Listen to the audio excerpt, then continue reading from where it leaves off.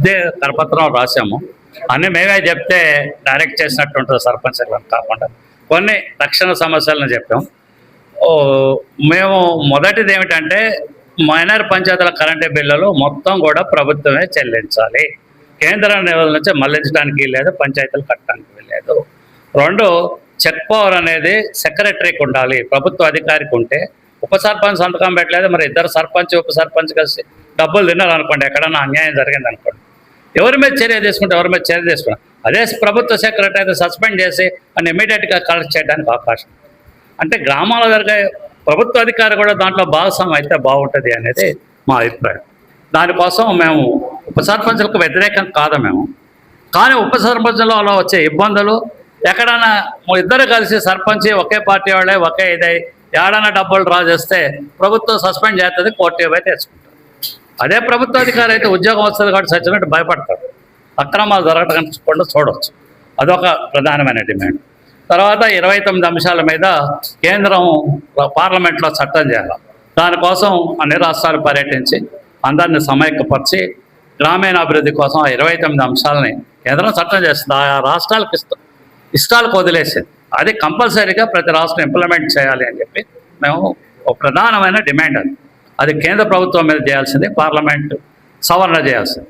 95లో మేము 85 అమెండ్మెంట్ కోసం అన్ని పార్టీలను కలిసి ఢిల్లీలో తప్పనిసరి చేయాలి. 73, 74 రాజ్యాంగంలో 29 అంశాల మీద మేము ఢిల్లీలో 15 రోజులు నాడు ఎర్రవనాయుడు గారు ఉన్నాడు, ఆయన దగ్గర పోయి పెద్ద ఎత్తున పోరాటం చేసాం.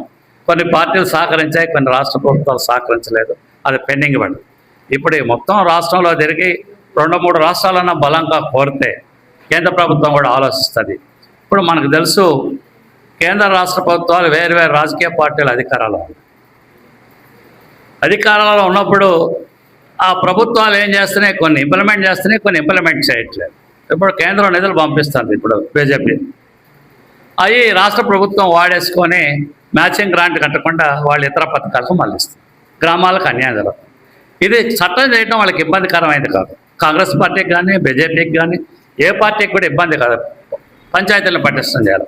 మనందరికీ తెలుసు, కేసీఆర్ గారు గ్రామజ్యోతి పథకం కన్నా గ్రామాలన్నింటినీ గాంధీ గారి కళ్ళు కన్నా గ్రామ స్వరాజ్యాన్ని తీసుకొస్తా నేరుగా బడ్జెట్లోని 40% పంచాయతీలకే ఇస్తారు. ₹1 ఇచ్చిన దాఖలాలు కనిపించడం. బట్ ట్రాక్టర్లు కొనిచ్చి అప్పుల పాలు చేయించారు. అప్పులు కిస్తీలు కట్టలేని పరిస్థితుల్లో చాలా పంచాయతీలు ఉన్నాయి. సో అలాంటి అనేక డిమాండ్లు ఉన్నాయి. ఆత్మగౌరవం కూడా మాకు లేదు. ఏ మంత్రి గారు ఏ ఎమ్మెల్యే వచ్చినా మా పని, సర్పంచ్ పని ఏంటంటే ఆయనకి దండం పెట్టి ఆయన చెప్పు చేతుల్లో మేము ఉండాల్సిందే. మేము స్వతంత్రంగా 400, 500 మా సొంత ఓట్లు సర్పంచ్కి రాజకీయాలకు అతీతంగా గ్రామాల్లో ఓట్లు ఉన్నాయి. ఎవరినైనా దించగలదు, అన్ని గ్రామాల్లో ఎవరినైనా గెలిపించగలదు. పార్టీకి మినిమం ఓట్లు ఉంటాయి. కానీ వీళ్ళందరూ ఆత్మగౌరవంతో పనిచేస్తే ఎమ్మెల్యే గారు వస్తే గౌరవించాల్సిందే, తప్పకుండా గౌరవిస్తాం, ప్రోటోకాల్ పాటిస్తాం. కనీసం సర్పంచ్ని వేదిక మీద కూడా పిలవని పరిస్థితి. ప్రథమ పౌరుని ఆ సభకి వేదిక మీద కూడా పిలవని పరిస్థితి.